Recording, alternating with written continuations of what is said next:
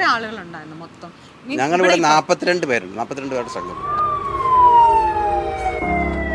അവിടെ ചെന്ന് രക്ഷാപ്രവർത്തനം ആരംഭിച്ചുകൊണ്ടിരിക്കുന്ന സമയത്ത് തന്നെ ആൾക്കാർ പറഞ്ഞ് ഓടിക്കോ. അപ്പോൾ ഞങ്ങൾ എൻ്റെ കൂട്ടത്തിലുള്ള സഹപ്രവർത്തകരെല്ലാം അവിടെ ഓടി അവിടെ രക്ഷപ്പെട്ടതുകൊണ്ടാണ് ഇപ്പോൾ ഇവിടെ നിൽക്കുന്നത്.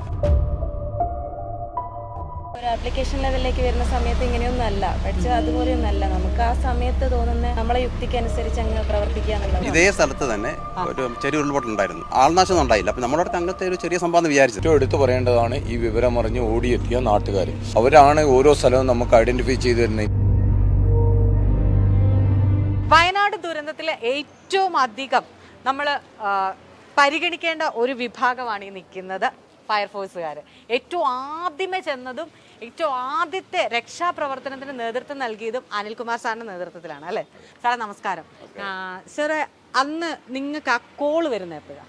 കോള് വരുന്നൊരു 1:45 സമയത്താണ്. 1:45 മണിയായിട്ടുണ്ട്. ആ സമയത്ത് മണിയേട്ടൻ എന്ന വ്യക്തിയാണ് വിളിക്കുന്നത്. അപ്പോൾ നമ്മൾ കൊണ്ടുവന്ന ഉടനെ തന്നെ നമ്മൾ പോവുകയാണ്. ആരായിരുന്നു അന്ന് ഇവിടെ എടുത്തിരുന്നത്? ഞാനാണ്. സാറ് തന്നെ അന്ന് നൈറ്റ് ഡ്യൂട്ടി ആയിരുന്നു? നൈറ്റ് ഡ്യൂട്ടി ആയിരുന്നു. ഓക്കെ.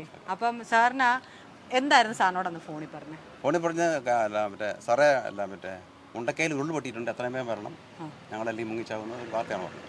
അപ്പൊ ഈ ദുരന്തത്തിന്റെ വ്യാപ്തി ഇത്ര ഉണ്ടെന്ന് അന്ന് മനസ്സിലായ? അന്ന് അത്ര മനസ്സിലായി. കാരണം 2020 ഇങ്ങനെ ഒരു സംഭവം ഉണ്ടായിരുന്നു. 2020 ഇതേ സ്ഥലത്ത് തന്നെ ഒരു ചെറിയ ഉരുൾപൊട്ടുണ്ടായിരുന്നു. അന്ന് ഈ മറ്റേ പുഞ്ചിരിമട്ടത്തെ പാൽ ഒലിച്ചു പോയിരുന്നു. പക്ഷെ അന്ന് ആൾനാശം ഉണ്ടായില്ല. അപ്പം നമ്മുടെ അടുത്ത് അങ്ങനത്തെ ഒരു ചെറിയ സംഭവം വിചാരിച്ചത്. പക്ഷെ അവിടെ ചെന്ന് കഴിയുമ്പോഴാണ് നമ്മൾ ഇതിന്റെ ശരിക്കും എന്താ പറയുന്നത്, എൻ്റെ വ്യാപ്തി മനസ്സിലാക്കുന്നത്. ഓക്കെ. ഇപ്പൊ സാറ് തന്നെ പറഞ്ഞു ചെറിയൊരു സംഭവമാണെന്നാണ് ഓർത്തത്. അപ്പൊ അത്രയും എക്യുപ്ഡ് ആയിട്ടാണോ പോയത്, അതോ നിങ്ങളെ വിളിച്ചപ്പോൾ തന്നെ നിങ്ങളെ എല്ലാ എക്യുപ്മെന്റും ആയിട്ടാണ്? അല്ല, നമ്മൾ ഇവിടുന്ന് പോകുന്ന ART എന്നൊരു വണ്ടിയാണ്, അതിൻ്റെ അകത്ത് എല്ലാ എക്യുപ്മെന്റ്സും ഉണ്ട്. പിന്നെ കൂടെ അസിസ്റ്റൻ്റായിട്ട് ഞങ്ങളുടെ MVV എന്ന് പറയുന്ന ഒരു മറ്റു വണ്ടിയുണ്ട്. 2 യൂണിറ്റ് അവിടെ എത്തിയിരുന്നു. നിങ്ങൾ ചെല്ലുമ്പോൾ ആദ്യത്തെ അവസ്ഥ 1:30 ആകുമ്പോൾ അവിടെ കറണ്ട് ഇല്ല, ഒന്നുമില്ല. ഇല്ല, കൂരിട്ടായിരുന്നു. ഞങ്ങൾ ഇറങ്ങുമെന്ന് വെച്ചാൽ മുട്ടോളം ചെളിയാണ്. ഞങ്ങൾ ഗംബൂട്ടിട്ടാണ് ഇറങ്ങുന്നത്. പക്ഷേ ഞങ്ങളെ ഗംബൂട്ട് അടക്കം താഴ്ന്നു പോകുന്ന രീതിയിലുള്ള ചെളിയായിരുന്നു. പിന്നെ ഞങ്ങൾ എന്താ വെച്ചാൽ ഞങ്ങളുടെ ടവർ ലൈറ്റ് ഉണ്ട്, റസ്ക എന്ന് പറഞ്ഞാൽ, ആ ലൈറ്റ് കത്തിച്ച് വെച്ചതിന് ശേഷമാണ് ഞങ്ങളുടെ രക്ഷാപ്രവർത്തനം ആരംഭിക്കുന്നത്. നിങ്ങൾ തുടക്കം 1:30 തന്നെ നിങ്ങൾക്ക് രക്ഷാപ്രവർത്തനം സ്റ്റാർട്ട് ചെയ്യാൻ പറ്റിയ? ഇല്ല, ഞങ്ങൾ പോകുന്ന വഴിക്ക് അവിടെ എന്താ പറയാ മറ്റേ മരം വീണിട്ട് ബ്ലോക്ക് ഉണ്ടായിരുന്നു. ആ മരം മുറിച്ച് മാറ്റി അവിടെ നിന്നുള്ള ചെറിയൊരു ഡീല് സംഭവിച്ചിട്ടുണ്ട്. ചെന്നപ്പോ രണ്ടാമത് നിങ്ങൾ ചെന്നതിന് ശേഷമാണ്? അതെ അതെ. ഞങ്ങൾ ആദ്യത്തെ അവിടെ ചെന്ന് രക്ഷാപ്രവർത്തനം ആരംഭിച്ചുകൊണ്ടിരിക്കുന്ന സമയത്ത് തന്നെ ആൾക്കാർ പറഞ്ഞു ഓടിക്കോ, ഇല്ലെങ്കിൽ നിങ്ങൾ ഓടി രക്ഷപ്പെട്ടെന്ന് പറയുന്നത്, ഓടിക്കോ അടുത്ത് വരുന്നുണ്ടെന്ന് പറയുന്നത്. അപ്പോൾ ഞങ്ങൾ എൻ്റെ കൂട്ടത്തിലുള്ള സഹപ്രവർത്തകരെല്ലാം അവിടെ ഓടി അവിടെ രക്ഷപ്പെട്ടതുകൊണ്ടാണ് ഇപ്പോൾ ഇവിടെ നിൽക്കുന്നത്. രണ്ടാമത്തെ ഞങ്ങൾ അനുഭവസ്ഥരാണ്. എന്താ പറയുക, ഒരു മറ്റേ ഭയങ്കര മാരകമായ ഒച്ചയാണ്, ആരും നമുക്ക് പറയാൻ പറ്റുള്ളൂ. അതിഭീകരമായ ശബ്ദം, ഈ കല്ലും എന്താ പറയുന്നത് പാറയും മറ്റേ മരം എല്ലാം കൂടെ കൂട്ടിയിടിക്കുമ്പോൾ ശബ്ദമുണ്ടല്ലോ വെള്ളത്തിൽ കൂടെ, അത് നമുക്ക് എന്താ പറയുക വർണ്ണിക്കാൻ കഴിയുന്നതിന് അപ്പുറമുള്ള ഒരു ഭീകരമായ ശബ്ദമായിരുന്നു. ഇപ്പോൾ ആദ്യം റെസ്ക്യൂ തുടങ്ങി നിങ്ങൾ, ഫസ്റ്റ് ആദ്യത്തെ ഉരുൾപൊട്ടലുള്ളവർ റെസ്ക്യൂ ചെയ്ത് അവരൊരു സ്ഥലത്ത് നിർത്തിയതിന് ശേഷം ആ സ്ഥലവും രണ്ടാമത് പൊട്ടിയപ്പോൾ ഇല്ല പോയില്ല. കാരണം ഞങ്ങൾ ആദ്യം ചെല്ലുമ്പോൾ തന്നെ അവിടെ സ്കൂളിൻ്റെ മുറ്റത്ത് ഒരു സ്ത്രീ കിടപ്പുണ്ടായിരുന്നു, അത് ഒഴിവ് വന്നായിരിക്കാം. അപ്പോൾ ഞങ്ങൾ അതിനെ റെസ്ക്യൂ ചെയ്ത് വീണ്ടും സെർച്ച് നടത്തുമ്പോഴാണ് അടുത്ത ഉരുൾപൊട്ടുണ്ടാകുന്നത്. അപ്പോൾ നമ്മുടെ കൂടെ 2 പോലീസുകാർ റവന്യൂ ഉദ്യോഗസ്ഥരുണ്ടായിരുന്നു, പിന്നെ കുറച്ച് നാട്ടുകാരും. ആ നാട്ടുകാരാണ് പറഞ്ഞത്, ഒച്ച കേട്ടിട്ട് പറഞ്ഞ് സാറേ ഓടിക്കോ അടുത്ത് വരുന്നുണ്ടെന്ന് പറയുന്നത്. അങ്ങനെ നമ്മൾ ഓടി രക്ഷപ്പെടുകയും ചെയ്തത്. ഇതിനു മുന്നേ ഇപ്പൊ 2020 സാർ അവിടെ പോയെന്ന് പറഞ്ഞത്, ഇതിനു മുന്നേ അല്ലാണ്ട് ആ പ്രദേശത്ത് പോയിട്ടുണ്ടോ? അതുകൊണ്ട് ഞങ്ങൾ പോകാറുണ്ട്. കാരണം ഞങ്ങളുടെ ടേൺ ഔട്ട് ഏരിയയാണ്. എല്ലാം കൽപ്പറ്റ സ്റ്റേഷന്റെ പരിധിയാണ് ഈ പറയുന്നത് മുണ്ടക്കൈ. ഞങ്ങൾ ഫ്രീക്വന്റ് വിസിറ്റ് ചെയ്യുന്ന സ്ഥലമാണ്. പിന്നെ മാത്രമല്ല ഈ ഉരുൾപൊട്ട് ഉണ്ടായതിന്റെ തലേ ദിവസം തന്നെ ഞങ്ങൾ ടീം പോയിട്ടുണ്ട്. ഞങ്ങളുടെ ഓഫീസറെ മറ്റേ ടീം അവിടെ പോയിരുന്നു. ആൾക്കാരോട് പറഞ്ഞിരുന്നു, കാരണം സേഫ് അല്ലാന്ന് പറയുകയും ചെയ്തിരുന്നു. അതിന്റെ വീഡിയോ അടക്കം ഞങ്ങളുടെ കയ്യിലുണ്ട്. അങ്ങനെ ഒരു സംഭവം ഉണ്ടായിട്ടുണ്ടല്ലേ? എന്നിട്ട് ആൾക്കാരോട് പറഞ്ഞപ്പോൾ എന്തായിരുന്നു അന്ന് അവരുടെ പ്രതികരണം? ആൾക്കാരെന്ന് പറഞ്ഞാൽ അവർ പറയുന്നത് ഇത്രയും വലിയൊരു സംഭവം അവർ പ്രതീക്ഷിച്ചില്ല. കാരണം ഈ പറയുന്ന ഈ തോട് പഴം തന്നെ കുറേ താഴെയാണ്.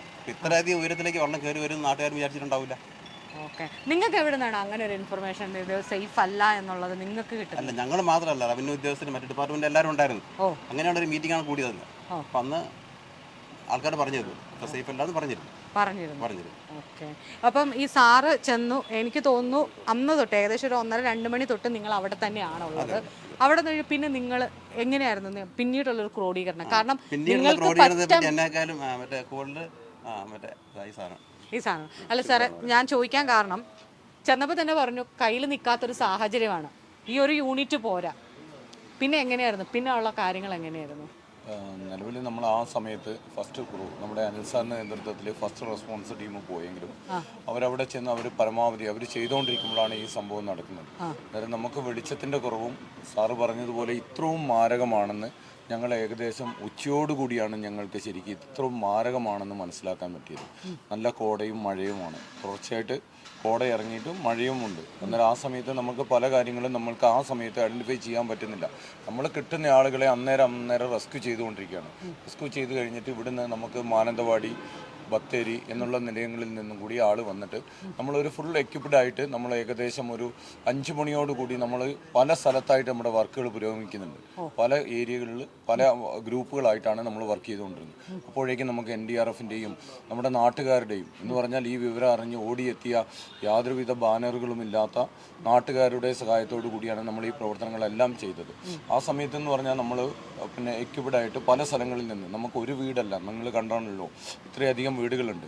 ഈ ഒരു വീടുകളോ അല്ലെങ്കിൽ ഒരാളോ അല്ലെങ്കിൽ ഒരു ഗ്രൂപ്പാളോ അല്ല ഈ അപകടത്തിൽപ്പെട്ടിരിക്കുന്നത്. കാരണം ഞങ്ങൾ വൈഡായിട്ട് നമ്മൾ ഓരോ ജീവനക്കാരും നമ്മൾ ഈ പറയുന്ന കൽപ്പറ്റ നിലയത്തിലെ എല്ലാ ജീവനക്കാരും, അതേപോലെ തന്നെ ബത്തേരിയിലത്തെ ജീവനക്കാർ, മാനന്തവാടിയിലത്തെ ജീവനക്കാർ, അതേപോലെ തന്നെ ഏറ്റവും എടുത്തു പറയേണ്ടതാണ് ഈ വിവരമറിഞ്ഞ് ഓടിയെത്തിയ നാട്ടുകാർ.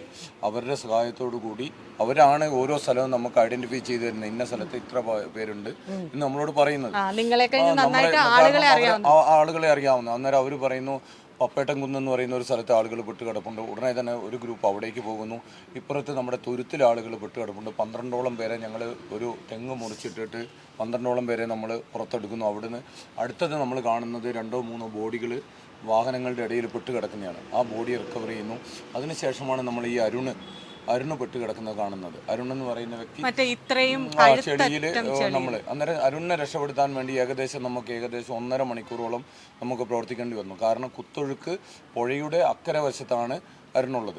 ആ സ്ഥലത്തേക്ക് നമുക്ക് എത്തിപ്പെടാൻ പറ്റാത്തത് കൊണ്ട് നമ്മൾ ലാഡർ കൊണ്ടുവരികയും അതേപോലെ തന്നെ ഒരു ഗ്രൂപ്പ് മരം മുറിച്ചിട്ട് വഴിയുണ്ടാക്കുകയും ചെയ്തുകൊണ്ട് നമ്മൾ 2 ഗ്രൂപ്പായി അവിടെ എത്തുകയും അതിനെ രക്ഷപ്പെടുത്തുകയും ചെയ്തു. അതിനുശേഷം നമ്മൾ അക്കരെ മുണ്ടക്കൈ പ്രദേശത്തേക്ക് കടന്നപ്പോഴാണ് ഇത് ഇത്രയും ഭീകരമായ ഒരു അവസ്ഥയാണെന്ന് നമുക്ക് മനസ്സിലാവാൻ കഴിഞ്ഞത്. സാർ ഒരു ഇൻ്റർവ്യൂവിൽ പറഞ്ഞിട്ടുണ്ട്, മിഠായി കടലാസ് കിടക്കുന്നത് പോലെ മൃതദേഹങ്ങളിൽ ഞങ്ങൾ കയറി ചെല്ലുമ്പം അതാണ് ഉള്ളത് അവസ്ഥ. ഓരോ മൃതദേഹങ്ങളും നമുക്ക് പരമാവധി പറ്റുന്ന രീതിയിൽ നമ്മുടെ കൂടെ NDRF ഉണ്ടായിരുന്നു, ആർമിയുണ്ട്, സാധാരണ ജനങ്ങൾ. ഏറ്റവും കൂടുതൽ നമ്മൾ എടുത്തു പറയേണ്ടത് സാധാരണ ജനങ്ങളാണ്. സാധാരണ ജനങ്ങൾ യാതൊരുവിധ ബാനറിൻ്റെയും കീഴിലല്ലാതെ സാധാരണ ജനങ്ങൾ അവിടെ നല്ല ആത്മാർത്ഥമായിട്ട് പ്രവർത്തിച്ചതിൻ്റെ ഫലമാണ് നമുക്ക് ഇത്രയും ബോഡി നമുക്ക് റിക്കവർ ചെയ്യാൻ പറ്റും. അങ്ങോട്ടേക്ക് പോകാൻ യാതൊരുവിധ നമുക്ക് അപ്പുറത്തേക്ക് കടക്കാൻ യാതൊരുവിധ നിവൃത്തിയില്ലായിരുന്നു. അന്നേരം സാധാരണ ജനങ്ങളുടെ സഹായത്തോടു കൂടി നമ്മൾ പാലം ഉണ്ടാക്കുകയും അത് കഴിഞ്ഞ് നമ്മൾ അവിടെ നിന്ന് ഏകദേശം 215ഓളം ആളുകളെ ആദ്യത്തെ ദിവസം തന്നെ നമ്മൾ മുകളിൽ നിന്ന് റെസ്ക്യൂ. കാരണം എന്താ വെച്ചാൽ ആദ്യത്തെ ഈ ഉരുൾപൊട്ടൽ കഴിഞ്ഞിട്ട് ഓടിപ്പോയ ആളുകൾ ഒരു സ്ഥലത്ത് അവരുടെ കൂടെ മൃതദേഹങ്ങളുണ്ടായിരുന്നു. അതുമായിട്ട് അവരവിടെ നിൽക്കുമായിരുന്നു. നമ്മളവിടെ അക്കരെ ചെന്നതിന് ശേഷം മാത്രമാണ് നമുക്ക് അവരെ റിക്കവർ ചെയ്യാൻ പറ്റിയത്. അവരെ നമ്മൾ ഇപ്പുറത്ത് എത്തുമ്പോഴേക്കും നമ്മുടെ ഫയർഫോഴ്സിൻ്റെ ഒരു ടീം അപ്പോഴേക്കും ഒരു പാലം നിർമ്മിക്കുകയും ലാഡർ കൊണ്ട് നമ്മുടെ പേരാമ്പ്രയിലത്തെ ലാഡർ പൊട്ടിപ്പോയി. ലാഡർ ഉപയോഗിച്ച് പാലം നിർമ്മിക്കുകയും അതേപോലെ തന്നെ നമ്മുടെ rope rescue team rope way വഴി ആളുകൾ കടത്തുകയും ചെയ്തു. അങ്ങനെ ഇത്രയും പേരെ നമ്മൾ ഏകദേശം ഒരു 7 മണി 8 മണിയോടുകൂടി വൈകുന്നേരം ആദ്യത്തെ ദിവസം 8 മണിയോടുകൂടി അക്കരെ ഉണ്ടായിരുന്ന എനിക്ക് തോന്നുന്നത് ജീവനുള്ള എല്ലാവരെയും നമുക്ക് ഇക്കരെ കടത്താൻ നമുക്ക് കഴിഞ്ഞിട്ടുണ്ട്. അത് കഴിഞ്ഞിട്ട് നമ്മൾ 8 മണിക്ക് ശേഷമാണ് നമ്മൾ അന്നത്തെ ദിവസം നമ്മൾ എടുത്ത ബോഡികൾ നമ്മൾ അക്കരയിൽ നിന്ന് ഇവിടെ എത്തിക്കുന്നത്. ഏകദേശം 10-10:30 അല്ലേ അനിൽ സാറേ, നമ്മുടെ 10-10:30 നമ്മളെല്ലാ ബോഡികളും നമ്മളുടെ സിപ്പ് ലൈനിലൂടെ നമ്മൾ എത്തിക്കുകയാണ് ചെയ്തത്. അങ്ങനെയാണ് നമ്മുടെ പ്രവർത്തനം ആദ്യത്തെ ദിവസം നടന്നത്. രണ്ടാമത്തെ ദിവസം ഇതേപോലെ തന്നെയാണ്. സാറേ ഇപ്പൊ എനിക്ക് തോന്നുന്നു ആദ്യത്തെ 2 ദിവസവും ഈ പറയുന്ന കോഴിക്കോട്, കണ്ണൂര്, ഈ അടുത്തുള്ള ജില്ലകളിലെ ഫയർഫോഴ്സ്, പിന്നീട് നിങ്ങൾ ഓരോ ജില്ലയിൽ നിന്നുള്ള ഫോഴ്സിനെ വിളിച്ചു വരുത്തിയിരുന്നത്. തിരുവനന്തപുരം മുതൽ കാസർഗോഡ് വരെയുള്ള എല്ലാ ജില്ലകളിൽ നിന്നുള്ള ഫോഴ്സുകൾ ഉണ്ടായിരുന്നു. ഒരു ദിവസം മിനിമം 600 പേരെന്ന കണക്കിൽ. കാരണം ഞങ്ങളുടെ ഫോഴ്സും സിവിൽ ഡിഫൻസും, സിഫൻസ് എന്ന് പറഞ്ഞാൽ ഫയർഫോഴ്സിന് കീഴിലുള്ള ഒരു സന്നദ്ധ സംഘടനയാണ് സിവിൽ ഡിഫൻസ്. അപ്പോൾ അവരുടെ എല്ലാം കൂടെ ഒരു 600 പേര് എല്ലാ ദിവസവും അവിടെ തെരച്ചിലിന് വേണ്ടി ഉണ്ടായിരുന്നു. തെരച്ചിലിന് വേണ്ടിയിട്ടാണ്. ഇപ്പം ഈ ബോഡി ഐഡന്റിഫൈ ചെയ്തപ്പോൾ മാസ്സായിട്ട് ബോഡി കണ്ടെത്തിയിട്ടുണ്ടായിരുന്നു. അതായത് ഒരു വീട്ടിലെ തന്നെ 5ഉം 6ഉം അല്ലെങ്കിൽ ബോഡി അടിഞ്ഞുകൂടി അതെങ്ങനെയായിരുന്നു സാറേ? ബോഡി ഇങ്ങനെ അടിഞ്ഞുകൂടി കിടക്കുമല്ല ശരിക്കും പറഞ്ഞാൽ. അപ്പോൾ നമ്മൾ എന്താ പറയുക, നമ്മൾ എന്താ പറയുക, മറ്റേ വളരെയധികം മാനസിക വിഷമത്തിലാണ് നമ്മൾ ഓരോന്നെങ്കിലും എടുത്ത് വെക്കുന്നത്. ഈ കൊച്ചു കുഞ്ഞുങ്ങളുണ്ട്, സ്ത്രീകളുണ്ട്. പിന്നെ പക്ഷേ എന്താ പറയാ, മനസ്സ് തകരുന്ന ഒരു അവസ്ഥയായിരുന്നു അന്നൊക്കെ. അല്ല, ഞാൻ സാറിന്റെ ഒരു ഇന്റർവ്യൂ സാറ് ഭയങ്കര ഇമോഷൻ ആയിട്ടുള്ള സംസാരിക്കുന്നത് ഞാൻ കണ്ടിരുന്നു. അതുകൊണ്ടാണ് ഞാൻ ഇങ്ങോട്ടേക്ക് വന്നത് തന്നെ. അത് നമ്മൾ ഈ പരിക്ക് പറ്റിയ ഒരുപാട് പേരില്ലേ, പരിക്ക് പറ്റിയവരെ അവരെ നിങ്ങൾ എങ്ങനെയാണ് റെസ്ക്യൂ ചെയ്തത്? കാരണം നമുക്ക് അവരെ പിടിക്കണമെങ്കിൽ പോലും ഒരു മെഡിക്കൽ ഗൈഡ് വേണം. നമ്മളിപ്പോൾ ആക്സിഡന്റിൽ പെട്ടവരെ പെട്ടെന്ന് അങ്ങനെ എടുക്കരുതേ എന്ന് നമ്മൾ പറയുന്ന പോലെ തന്നെ. അപ്പൊ എങ്ങനെയായിരുന്നു അതിന് നിങ്ങൾ എങ്ങനെയാണ്? ഈ വലിയ എന്താ പറയുക, വലിയ പരിക്ക് പറ്റിയ ആൾക്കാർ കുറവായിരുന്നു. കാരണം വലിയ പരിക്ക് പറ്റിയ ആൾക്കാർ ഓൾറെഡി എന്താ പറയുക മരിച്ചു പോയിരുന്നു. പിന്നെ ആൾക്കാർ ഒരു 6 ആൾക്കാർ മാത്രമേ മറ്റു ജീവനം ഉണ്ടായിരുന്നുള്ളൂ. അപ്പൊ അങ്ങനെ വലിയ എന്താ പറയുക മുട്ടിലേഷൻ സംഭവിച്ച ആൾക്കാരൊക്കെ വളരെ കുറവായിരുന്നു ആ സമയത്ത്. സംഭവിച്ചത് കുറവായിരുന്നു. പിന്നെ കള്ളൻ വീട്ടിൽ കയറിയുന്ന ആരുടെയോ പൈസ അടിച്ചു എന്നൊക്കെ പറയും. കള്ളൻ ഒരാളുടെ വീട്ടിൽ മാത്രമല്ല, ഈ റെസ്ക്യൂ വർക്ക് നടക്കുന്ന എല്ലാ ദിവസങ്ങളിലും അവിടെയുള്ള എല്ലാ വീട്ടുകളിലും ഡ്യൂട്ടി നടന്നിട്ടുണ്ട്. ലക്ഷക്കണക്കിന് രൂപ നഷ്ടപ്പെട്ടതായിട്ട് എല്ലാവരും പറയുന്നുണ്ട്. ഇതിന്റെ ഇടയ്ക്ക് വളരെ എന്താ പറയാ വേദനാജനകമായ ഒരു സംഭവമാണത്. വേറെ കത്തുമ്പോൾ വാഴ വിട്ടു എന്ന് പറയാറില്ലേ, ആ ഒരു സംഭവമാണ് അവിടെ നടന്നത്. ശരിയാ. നമുക്ക് ഒരുപക്ഷെ അവർ അപകടത്തിൽ ഇത്രയും ആളുകൾ മരിച്ചത് കണ്ടിരുന്ന ഇത് ചെയ്യില്ലായിരുന്നല്ലേ? തീർച്ചയായിട്ടും. കാരണം നിങ്ങളാണല്ലോ ഏറ്റവും കൂടുതൽ മനസാക്ഷിയില്ലാത്ത ആൾക്കാരാണ് ഇത്ര കൃത്യങ്ങൾ ചെയ്യുക, സംശയമില്ലൊക്കെ. പിന്നെ നിങ്ങളുടെ തന്നെ മറ്റേ ഒരു ടീം ഉണ്ടല്ലോ, റോപ്പിൽ കെട്ടിപ്പോകുന്ന റോപ്പ് റെസ്ക്യൂ ടീം ഇവിടെയും ഇല്ലായിരുന്നു. കാരണം ഞങ്ങളുടെ റെസ്ക്യൂ ടീമാണ് അവിടെ സിപ്പ് ലൈൻ കെട്ടുന്നത്. ആദ്യം NDRFന്റെ ആൾക്കാരെ കെട്ടിയിരുന്നു. അതിന്റെ എന്താ പറയാ വളരെ മിനിമം ആയിട്ട് ആൾക്കാരെ കൊണ്ടുവരാൻ സാധിച്ചിരുന്നുള്ളൂ. പക്ഷെ ഞങ്ങൾ കെട്ടിയ ശേഷം അവിടെയുള്ള എല്ലാ ബോഡിയും കൊണ്ടുവന്ന് ആദ്യത്തെ 2 ദിവസങ്ങൾ ഈ സബ് ലൈൻ കഴിയുക. പിന്നീടാണ് മറ്റേ ആർമി മറ്റേ ബ്രിഡ്ജ് നിർമ്മിക്കുന്നത്. 3-ാം ദിവസം ആണ് ശരിക്കും പറഞ്ഞാൽ ഈ ബ്രിഡ്ജിന്റെ പ്രവർത്തനം ആരംഭിക്കുന്നത്. അതുവരെ ഈ പറഞ്ഞ സിപ്പ് ലൈൻ വഴിയായിരുന്നു ബോഡി കൊണ്ടുപോകുന്നത്, ഫുഡ് കൊണ്ടുപോകുന്നത്, ആൾക്കാർ അങ്ങോട്ടും ഇങ്ങോട്ടൊക്കെ പോകുന്നൊക്കെ. പിന്നീട് പാലം വന്നതിന് ശേഷമാണ് ഞങ്ങൾ സിപ്പ് ലൈൻ അഴിച്ചു മാറ്റുന്നത്. അതുവരെ ഏകമാർഗം ഇത് മാത്രമായിരുന്നു. ഇപ്പൊ ഈ ഫയർഫോഴ്സ് ഇപ്പൊ കൽപ്പറ്റ ഫയർഫോഴ്സിന് എത്ര ആളുകൾ ഉണ്ടായിരുന്നു മൊത്തം? ഞങ്ങളിവിടെ 42 പേരുണ്ട്. 42 പേരുടെ സംഘം. 42 പേര് അന്ന് അവിടെ ഉണ്ടായിരുന്നു. 42 പേരും ഉണ്ടായിരുന്നു. കാരണം അന്ന് കോളുടെ സമയത്തില്ല, പക്ഷെ അന്ന് എന്താ പറയുക രാവിലെ ഒരു 6 മണിയാകുമ്പോഴത്തേക്ക് എല്ലാവരും അവിടെ എത്തിയിരുന്നു. മെസ്സേജ് വിട്ട് ഉടനെ തന്നെ ആൾക്കാർ എത്തി. ഇപ്പം സർക്കാരാണെങ്കിലും ഈ ഒരു അവസ്ഥ നമുക്കിപ്പം ഫയർഫോഴ്സ് മാത്രമല്ല ഇപ്പം ജില്ലയിൽ കോർഡിനേറ്റ് ചെയ്യുന്നുണ്ട്. സാറിന് തന്നെ സാറായിരിക്കും പലപ്പോഴും മീറ്റിങ്ങുകൾക്ക് പോകുന്നത്. ഇപ്പോൾ ഒരു ദുരന്തത്തിൻ്റെ വ്യാപ്തി പറഞ്ഞപ്പോൾ സാറാണ് ഏറ്റവും കൂടുതൽ അടുത്ത് കണ്ടിട്ടുള്ളത്. ഇപ്പം ഞാൻ പറയാം പോലീസിനും പോലും അവിടെ റെസ്ക്യൂവിൻ്റെ ഒരു ഇതറിയില്ല, റെസ്ക്യൂ പ്രൊവിഷൻ അറിയില്ല. അവർക്ക് വന്ന് ഹെൽപ്പ് ചെയ്യാനേ പറ്റുള്ളൂ. നിങ്ങളാണ് റെസ്ക്യൂ ടീം ചെയ്യുന്നത്. ബാക്കിയുള്ളവർക്കൊക്കെ ജസ്റ്റ് നിങ്ങൾ ഈ പറയുന്ന എന്താണ് അവസ്ഥ എന്ന് ചോദിക്കാനേ പറ്റുള്ളൂ. അപ്പോൾ സാറിന് ഇത് കളക്ടറോട് അല്ലെങ്കിൽ ഇതിൽ മേലുദ്യോഗസ്ഥരോട് ധരിപ്പിക്കേണ്ടി വന്നു. മീറ്റിംഗിന് പോകുന്ന സ്റ്റേഷൻ ഓഫീസറാണ്. ഞാൻ മീറ്റിംഗിന് അധികം പോയിട്ടില്ല. അവർക്ക് എങ്ങനെയായിരിക്കും അദ്ദേഹം ധരിപ്പിച്ചിട്ടുണ്ടാവുക? കാരണം ഒരു പോപ്പുലേഷൻ ഉണ്ടാവല്ലോ. ഇപ്പൊ തന്നെ നിലവിൽ ഇത്ര മരണങ്ങൾ ഉണ്ടായിട്ടുള്ളതെന്നാണ് പറയുന്നത്. ഐഡന്റിഫൈ ചെയ്ത ബോഡീസ് കിട്ടിയിട്ടുള്ളതെന്ന് പറയുന്നത്. അപ്പൊ അങ്ങനെയെങ്കിൽ ഇപ്പൊ ഞാൻ ആദ്യം ചോദിച്ച പോലെ നിങ്ങൾ പലപ്പോഴും അവിടെ പോയിട്ടുണ്ട്. ഒരു മരണം എത്രത്തോളം ആകാന്നായിരിക്കാം? എത്രത്തോളം ആകുന്നത് കൃത്യമായിട്ട് ഇപ്പൊ നമുക്ക് പറയാൻ പറ്റില്ല. കാരണം ഈ പാടികളിലൊക്കെ ജീവിച്ച ആൾക്കാർക്ക് കൃത്യമായിട്ട് എണ്ണം ഉണ്ടോന്ന് എനിക്ക് സംശയമുണ്ട്. പക്ഷെ എന്തായാലും അല്ല എന്താ പറയാ, സർക്കാർ റവന്യൂ പറയുന്നത് നമ്മൾ വിശ്വസിക്കുക. അതാണ് എന്റെ മാർഗം. കണക്ക് പ്രകാരമുള്ളത് വിശ്വസിക്കുക എന്നുള്ളത്. പിന്നെ ഇനിയിപ്പം നിങ്ങൾ തെരച്ചിലിന് ഇവിടെ നിന്നുള്ള ടീമാണോ അതോ മറ്റു സ്ഥലത്തു നിന്നുള്ള? ഞങ്ങൾ ഇവിടെ നിന്നും പോകുന്നുണ്ട്, മറ്റേ സ്റ്റേഷനിലുള്ള ആൾക്കാരും വരുന്നുണ്ട്. ഒരു കോർഡിനേഷൻ ആണ്. ഇവിടുത്തെ ഫയർഫോഴ്സിലെ ലേഡീസും ഇല്ലേ? ലേഡീസ് ഉണ്ട്. അവരും വന്നിരുന്നു. പിന്നെ തീർച്ചയായിട്ടും. അപ്പം ഈ പറഞ്ഞ ചൂരൽമല മുണ്ടക്കൈ ഉരുൾപൊട്ടലിൽ ഇവരുടെ സജീവമായ സാന്നിധ്യം ഉണ്ടായിരുന്നു. ഇവർ ഞങ്ങളുടെ കൂട്ടത്തിൽ ആദ്യാവസ്ഥ രക്ഷാപ്രവർത്തനത്തിൽ സജീവമായിട്ട് പങ്കെടുത്ത ആൾക്കാരാണ്. അപ്പോൾ കൂടുതൽ വിവരങ്ങൾ അവർ പറയും. ഇപ്പം സാറ് പറഞ്ഞതുപോലെ ഇവർക്ക് ട്രെയിനിങ് കിട്ടും. ഇപ്പം നിങ്ങൾക്ക് ഓൾറെഡി നിങ്ങളുടെ ഒരു സർവീസിൽ നല്ല ട്രെയിനിങ് ഉണ്ട്, ഏറ്റവും ടഫായിട്ടുള്ള ട്രെയിനിങ് ഉണ്ട്. പക്ഷെ ട്രെയിനിങ് കഴിഞ്ഞിട്ട് ആദ്യമായിട്ട് ഇത്ര ദുരന്ത മുഖത്ത് പോകുമ്പോൾ ട്രെയിനിങ് ഒക്കെ നമ്മൾ മറക്കും. എന്ന് വെച്ചാൽ ട്രെയിനിങ് തന്ന കാര്യങ്ങളല്ല, ഇതൊരു ലൈഫിലെ റിയൽ സംഭവത്തിലേക്ക് പോയപ്പോൾ എങ്ങനെ ഉണ്ടായിരുന്നു? ട്രെയിനിങ് ബേസിക് ട്രെയിനിങ് കിട്ടിയ കാര്യങ്ങൾ ഇപ്പം പെട്ടെന്ന് തന്നെ അപ്ലൈ ചെയ്യേണ്ടി വരും എന്ന് ഒരിക്കലും വിചാരിച്ചിട്ടില്ല. കാരണം നമുക്ക് അവിടെ ട്രെയിനിങ് സമയത്ത് ഇങ്ങനെ ഡ്രിൽ മോഡലിലാണ് ഇങ്ങനെ ഓരോ കാര്യങ്ങളും ചെയ്തു തന്നിട്ടുള്ളത്. പക്ഷേ നമ്മൾ അത് ഒരു ആപ്ലിക്കേഷൻ ലെവലിലേക്ക് വരുന്ന സമയത്ത് ഇങ്ങനെയൊന്നും അല്ല പഠിച്ചത്, അതുപോലെയൊന്നും അല്ല. നമുക്ക് ആ സമയത്ത് തോന്നുന്ന എന്താ പറയുക, നമുക്ക് നമ്മളെ യുക്തിക്ക് അനുസരിച്ച് അങ്ങ് പ്രവർത്തിക്കുക എന്നുള്ളതാണ്.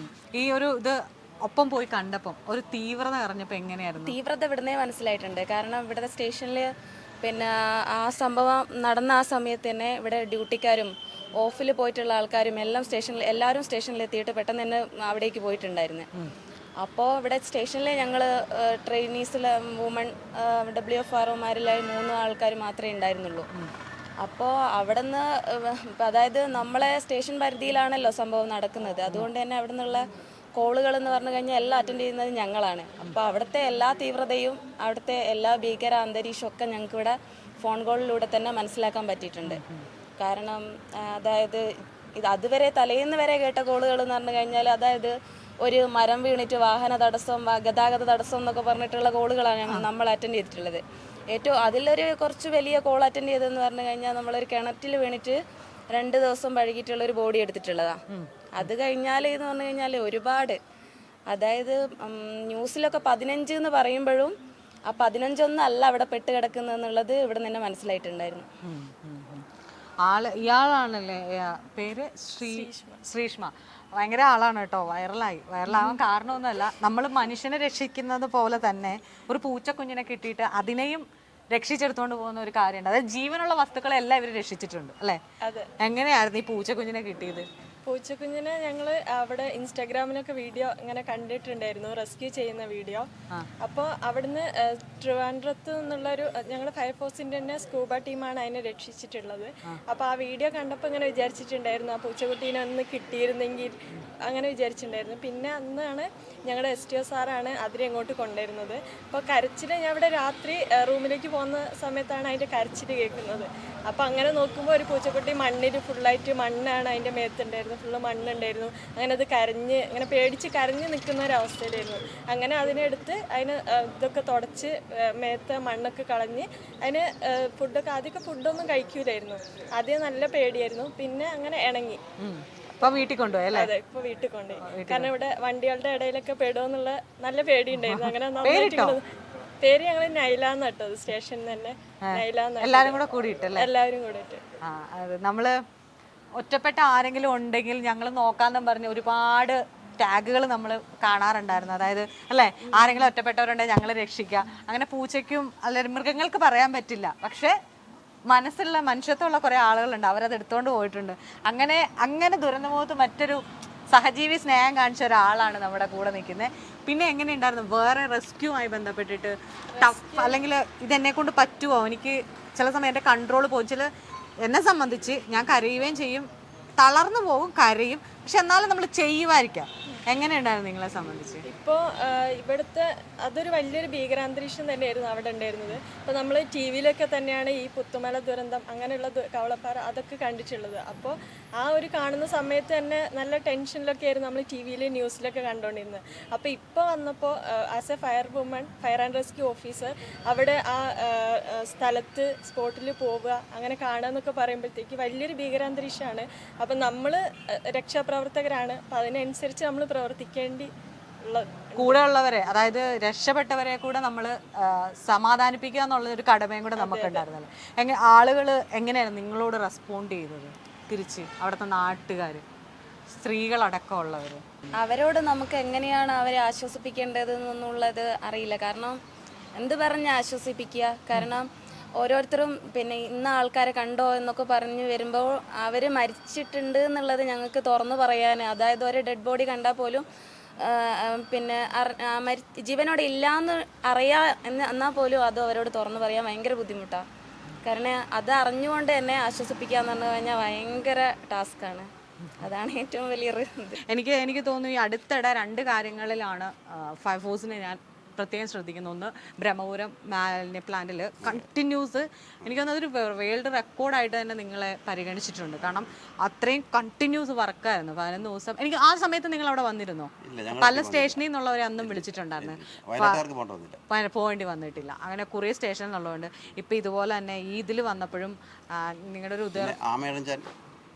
തോട്ടില്ല അത് വന്നപ്പോഴും ഒരു വിഭാഗമേ വന്നിട്ടുള്ളൂ. പക്ഷെ ഇത്രയും ഫയർഫോഴ്സിനെ ഏകോപിപ്പിച്ചിട്ടുള്ളൊരു വർക്ക് ആദ്യമായിട്ടാണ്. ആദ്യത്തേത് ഞാൻ പറഞ്ഞ പോലെ തന്നെ അവിടത്തേതും രണ്ടാമത്തേതും. കോഴിക്കോട് R4 രജീഷ് സാർ, ഞങ്ങളുടെ സ്റ്റേഷൻ ഓഫീസർ ബഷീർ സാർ, അവരുടെ ആ ഒരു കോർഡിനേഷൻ പ്രത്യേകം എടുത്ത് പറയണം. അതായത് ഉണ്ണാതെ ഉറങ്ങാതെ തന്നെ അവർ ഇന്നും പ്രവർത്തിച്ചുകൊണ്ടിരിക്കുക. ഓക്കെ, എന്തായാലും നിങ്ങളിൽ ഞങ്ങൾക്ക് നല്ല പ്രതീക്ഷയാണ്. പണ്ടൊരു പടം ഇറങ്ങിയിട്ടുണ്ട് ഫയർമാൻ എന്നും പറഞ്ഞിട്ട്, മമ്മൂട്ടിയുടെ. അപ്പോൾ അന്നൊക്കെയാണ് ഈ എന്താ പറയുക ഫയർഫോഴ്സിൻ്റെ ഒരു 101 നമുക്ക് ഒരിക്കലും എനിക്ക് ഡയൽ ചെയ്യേണ്ടി വന്നിട്ടില്ല. പക്ഷെ ഞാൻ നിങ്ങളോട് പറയണേ, എന്തെങ്കിലും അത്യാവശ്യം ഉണ്ടെങ്കിൽ നിങ്ങൾ മടിക്കാണ്ട് അല്ലേ 101 ഞങ്ങൾ സന്നദ്ധരാണ്. 101 വിളിക്കുക 101 വിളിക്കാം. എന്തിനും ഏതിനും ready. 101. Okay sir, thank you.